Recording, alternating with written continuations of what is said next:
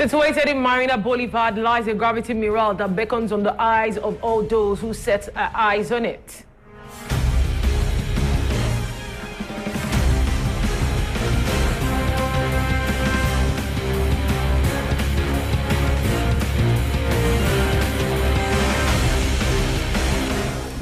Fear, stress and discontentment, these are the emotions that have recently gripped the people of Glotokba Zekame in the Akasato district.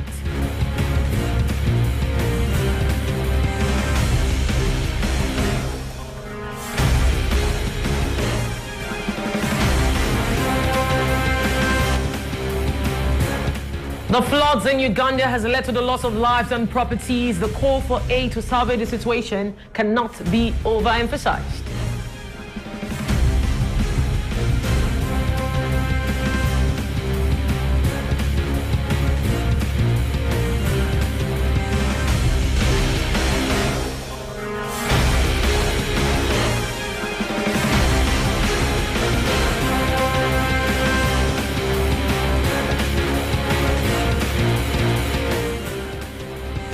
Good afternoon, our dear viewers. Welcome to the 1 p.m. news edition with Hazele OGOIGBE, coming to you live and direct from Golfe TV Africa here in the city of Cotonou. Now to the news in detail, starting from the local scene. Fear, stress and discontentment. These are the emotions that have recently gripped the people of Glotokba Zekame in the Akasato district. Indeed, a sand company operating in the neighborhood for more than 3 weeks has been causing them enough inconvenience. Disturbed by the noise of the truck and the possible damage of this activity in their locality, the inhabitants broke the silence and called on the authorities for help. More information in the following report. Trucks parked on both sides of the street, noise pollution, trainee drivers of dubious character left in the vehicles all weekend. These are among the string of complaints from residents of the Glotokba Zekame sand quarry in Akasato in the commune of Abomekalavi, a few meters from the junction of the road leading to Zinvie. Since 3 weeks ago, the Resources Management Group company RMJ resumed its work on this site. Vous le savez que quand ceux-ci débarquent dans une zone, when you arrive in this zone, there's no total security because nothing is under control anymore. There's been problem back and forth. You can see the long line of trucks used for carrying sand and that has been stationary in front of the house. And frankly, you can also find out that during the day, there's an odor that smells immensely here. Security of children who goes to school poses a lot of problems. These trucks that are here with an apprentice in it who looks at the work going on in your house. You don't have peace. There's also a deafening noise ringing in your ears every day. The pollution is everywhere. We are being confronted by all of these problems. These questions, although justified, have been answered by the Directorate General for Mining, which says that no such company can operate today without the approval of the authorities in charge. Documents exist and the environmental impact study has been carried out. Inspections are regularly carried out to see if the company in charge of sand on the site is not violating the content of the specifications. But all this is not enough to definitively lift the concerns of local residents. They are appealing to the authorities for leniency. Faced with these problems, it is imperative that discussions between the inhabitants of the area and the company's managers be held so that a common ground can be found. The peace of mind of both parties depends on this. Still, of course, on the local scene, a gravity mural that beckons on all who set their eyes on it, located in Cotonou, the economic capital of Benin Republic, situated on the wall of the former Port Hotel. This unique gravity mural measures 13 meters high, occupying 525 square meters. More information in the following commentary. Benin, officially called the Republic of Benin and formerly Dahomey, is a country in West Africa. Benin, a country filled with rich cultural heritage, is home to Africa's longest gravity mural in Cotonou, the economic capital of Benin Republic. A mural is a painting applied and made integral with the surface of a wall ceiling. A gravity mural that beckons on all who behold it. A wall that attracts the attention of onlookers in Cotonou, Benin Republic. Situated on Marina Boulevard lies a gravity mural painting that cannot be overlooked. On the wall of the former Port of Cotonou Hotel lies a 13-meter-high mural gravity occupying 525 square meters. This gravity mural art drawn along the wall of Cotonou Port is a narrative which explains the social-cultural history of Benin Republic. The artwork was masterminded by Eduardo Cobra, a Brazilian, as his contribution to the government of Benin's ambition to make the autonomous Port of Cotonou an emblematic place for the expression of street art in Africa, home to the greatest mural gravity designs in the world. A monumental artwork strongly supported by the First Lady of Benin Republic, Claudine Talon. She's the leader of this amazing artistic project, which sends a message to the Beninese population, a message of strong cultural heritage of the Beninese, a message of peace and the promotion of interreligious dialogue in Benin Republic. This gravity mural painted on the wall of Cotonou Port symbolizes the traditions of religious tolerance among the Beninese and further demonstrates the government's dynamism in making the wall of the former Port Hotel the wall that sits the longest mural gravity in the world, spreading out on 4 kilometers of wall space.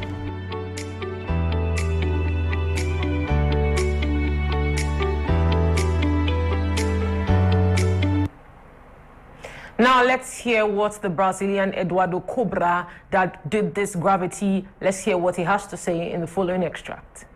O outro motivo é a oportunidade de inaugurar hoje. Cette fresque est une œuvre de mon projet Coexistence qui traite d'une thématique très importante pour moi. This mural is one of my works I titled Coexistence, which deals with a very important theme for me. The theme is religious freedom, the respect of individual beliefs, the need for a peaceful and harmonious coexistence between members of different beliefs and religious congregation. This mural was created on a space of 525 square meters erected especially for this work. I painted 12 people, each representing a religion. These paintings are symbolic because there are 12 departments in Benin Republic. These people have their backs to the sky and are holding each other. This is what should be done in our societies. Working together is important because it is the only way to have a better world. In common, these people are looking for love and tolerance because no matter what religion we belong to, what we should promote is love. And love is what unites us. It can never be the cause of separation, conflict, and unhappiness. Still on the local scene, the faithfuls of the Ogboni fraternity in Benin Republic were honored at a special ceremony. Indeed, the emperor was crowned for his numerous works and his commitment towards peace and harmony. For the 20th time, the World Ogboni Fellowship crowned the Owolobe, Emperor of Benin, for his commitment to peace. Well-wishers from various regions came to thank him for this honor, which makes him the most crowned man of the whole congregation.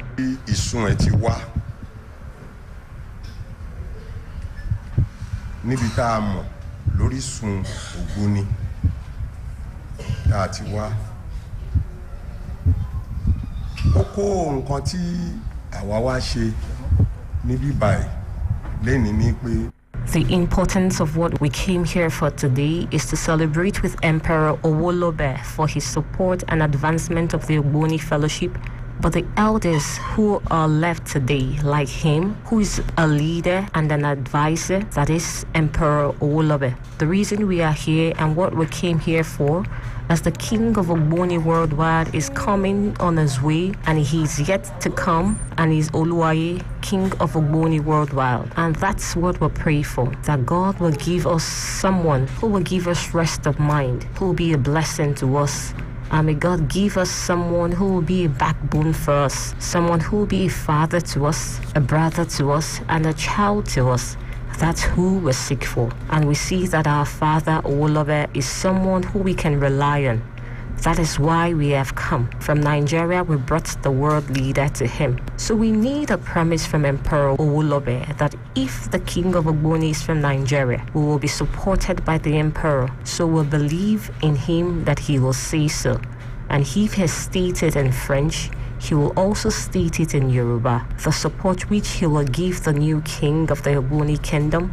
We would like to hear it from him, because we have done what we ought to have done for him, and whatever we ask from him about the king of Ogboni worldwide, he should tell us so, if he will be in support to us, because I believe he will do it. The numerous actions in favor of the world emperor are evidence of his commitment and willingness to offer an oasis of peace to the people, says the Secretary General of the Fellowship. Joy and gratitude for the world emperor of the Ogboni Fellowship, who seized the opportunity to pray for the nation, the head of state and his government.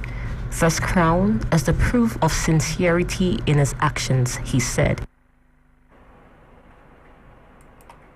Crossing over to the Malian scene, nonoplex who were burned to a Malian family in 2022, this gave the family a place in the Guinness Book of Records.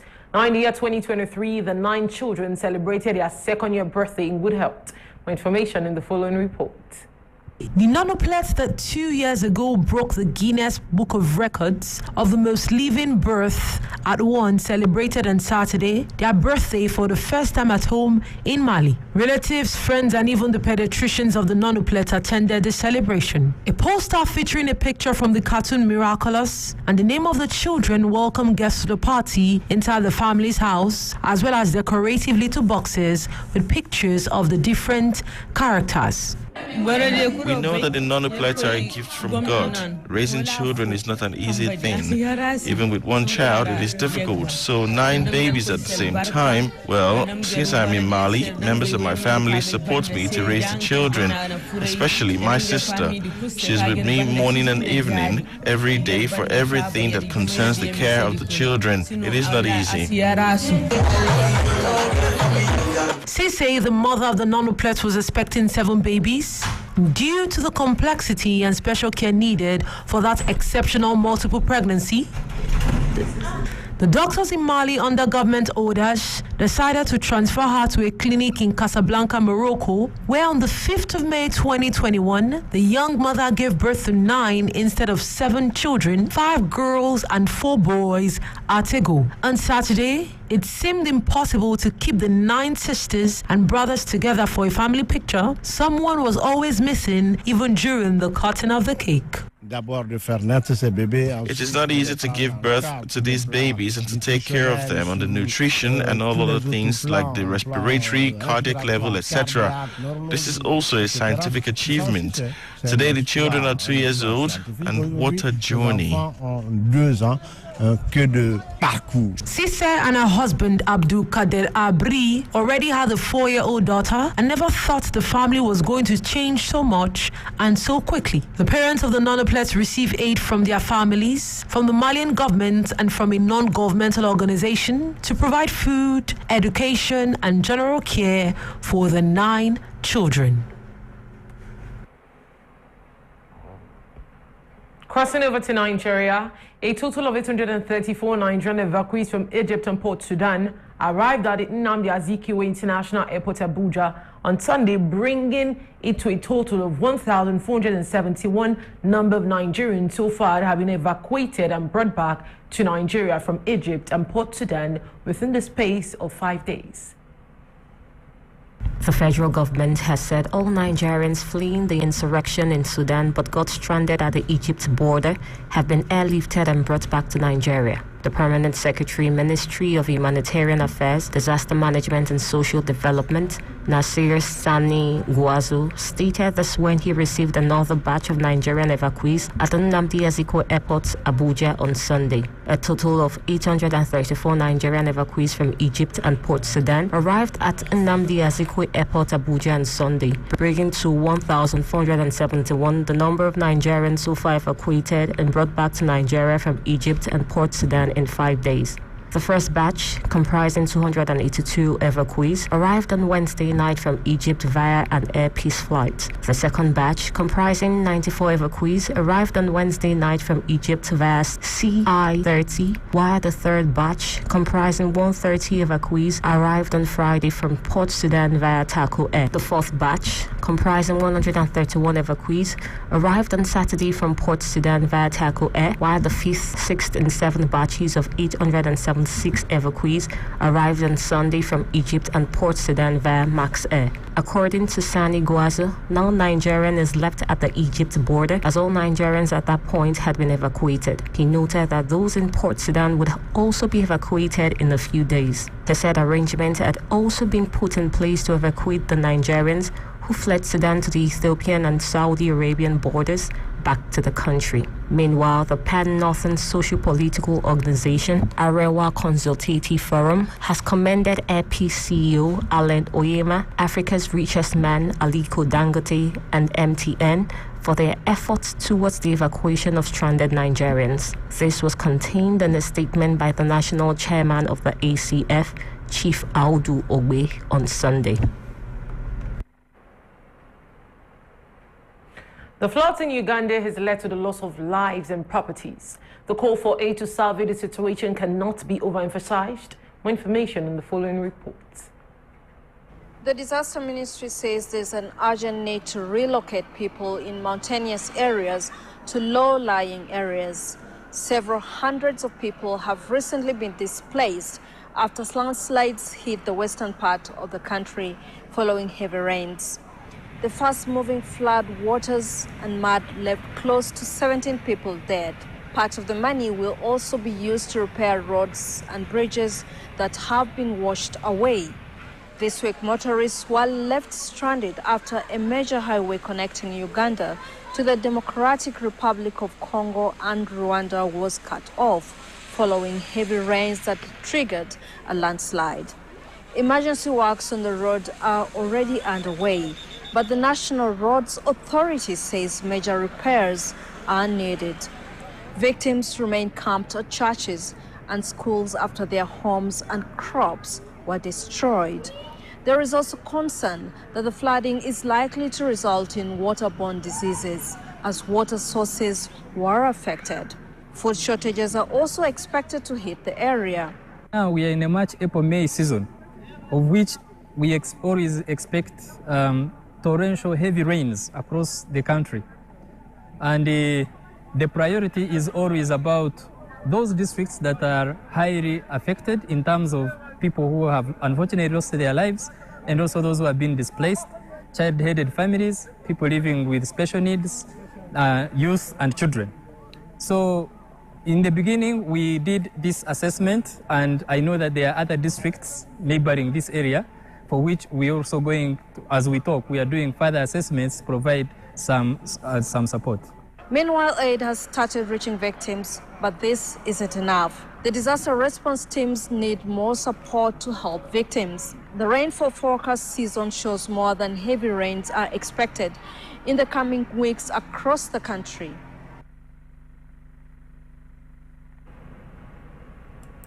Crossing over to the DRC is observing a day of national mourning in memory of the dead and missing of Bushushu in Kalehe territory in South Kivu, following deadly floods and landslides. According to officials, about 400 bodies have been found. More information in the following reports.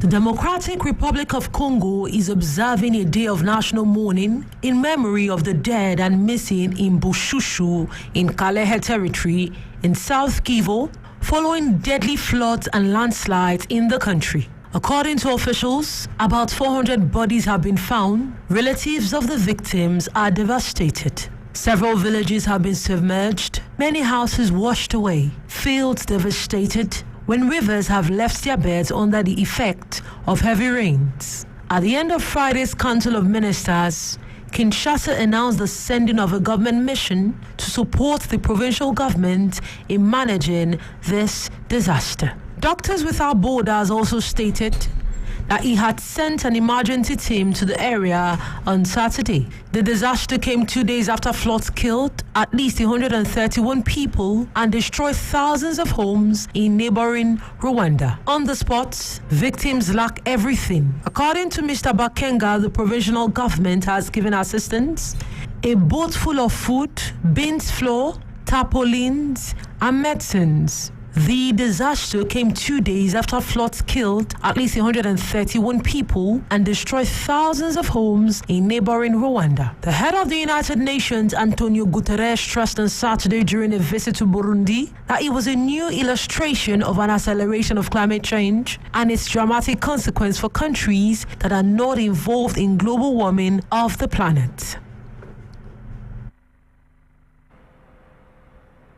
Crossing over to Kenya, now drug addiction is not a respect of race, gender, or color. This addiction has destroyed lives of young and old. More information in the following report from our partners. It's a curious sight, an infant's slippers strewn with cigarette waste and drug paraphernalia. Then again, this is no ordinary home. It's where Asia Bianca and her husband live together with their son. Both parents are drug addicts, and the slippers belonged to their little girl who died only 6 months after she was born. When we went to bed, she was fine. Then when I woke up, she was foaming at the mouth. I got scared and hoped when I was high on heroin that I hadn't placed my hand or leg on her, causing her to suffocate. Despite the doctors ruling out her fears, Asia still carries the guilt of her daughter's death and her 2-year addiction. The 20-year-old was introduced to the habit by her boyfriend. He would secretly lace her cigarettes with the powder, and by the time she found out, she was already addicted. I was in pain, yawning and cold. That's when I saw him and he said, "You are going through withdrawal and you've been on heroin. Now I'm hooked and there's no way for me to go to rehab." With nearly 3,000 active injecting drug users, Malindi hosts one of the highest numbers of heroin addicts in Kenya. Like most coastal towns in the country, it's used by international traffickers as a transit point for drugs which are transported from Afghanistan to the West. The COVID-19 pandemic, coupled with a failing tourism industry, has only made things worse for users in this area. And it doesn't take us long to see just how bad things can get. Mohammed is here to get methadone, a synthetic opioid used for drug addiction therapy. But it's not good news. He needs to reduce his heroin intake further before he can be put on the therapy. I take the opportunity to ask him how he's feeling. As I look at you, I feel like grabbing you and dropping you to go get a hit. Because I'm going through withdrawal now.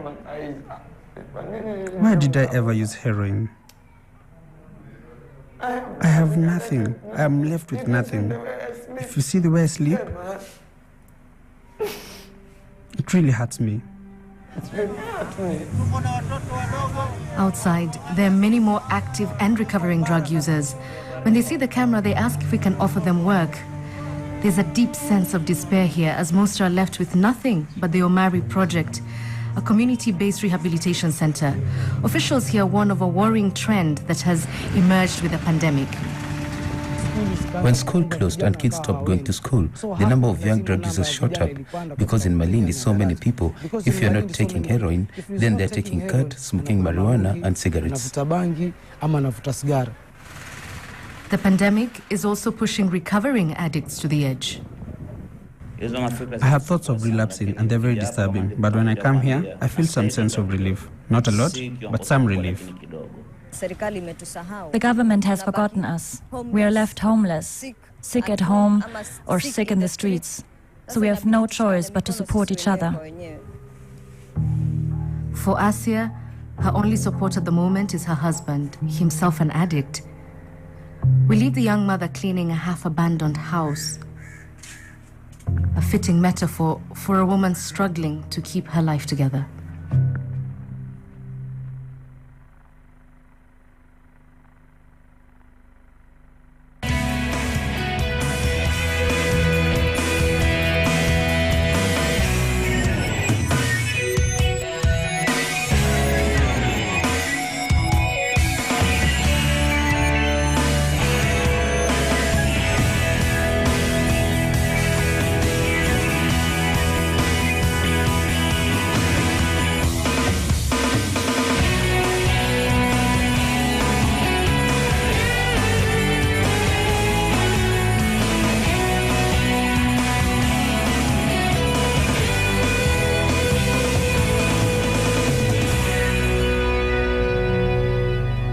You're still on to the African Newspaper Review on Golfe TV Africa with Hazele, OGOIGBE. And now we're going to be starting on the front page of The Punch, Nigeria.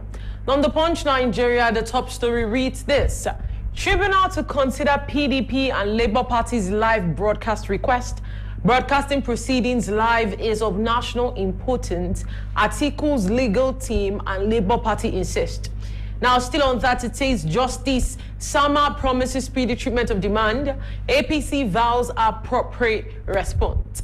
And moving still on the political scene, the story reads: Buhari and Tinubu congratulate Adeleke, the governor of Osun State, and his supporters jubilate.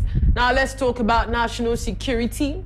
Over 200 billion national assets lost on terrorism. That is the federal government of Nigeria speaking on the front page of The Punch, Nigeria.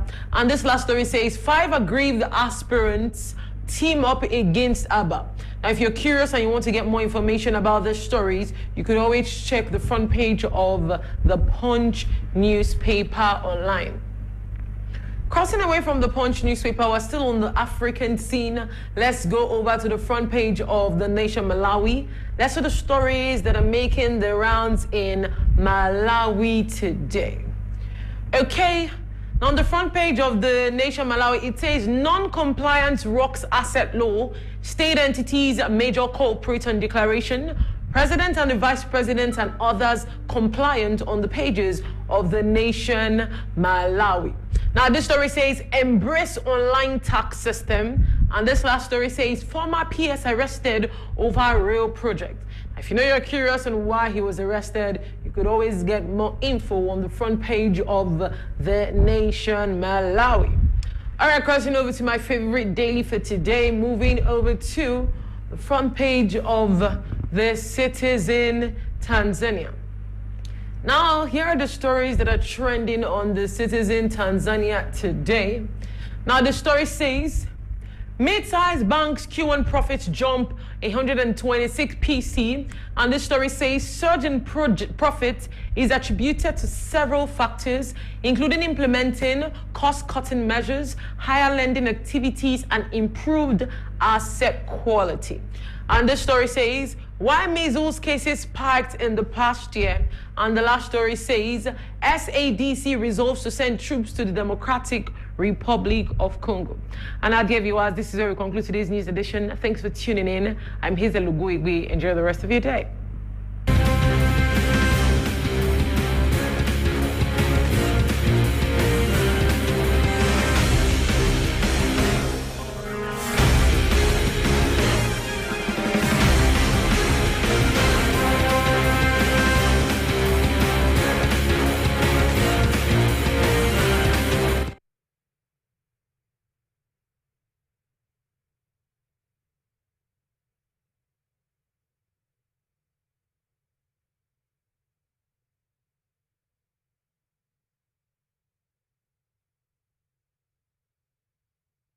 Tenez tout ou partie des clés d'un dossier. Vous êtes témoin de l'actualité au Bénin ou partout ailleurs dans le reste du monde.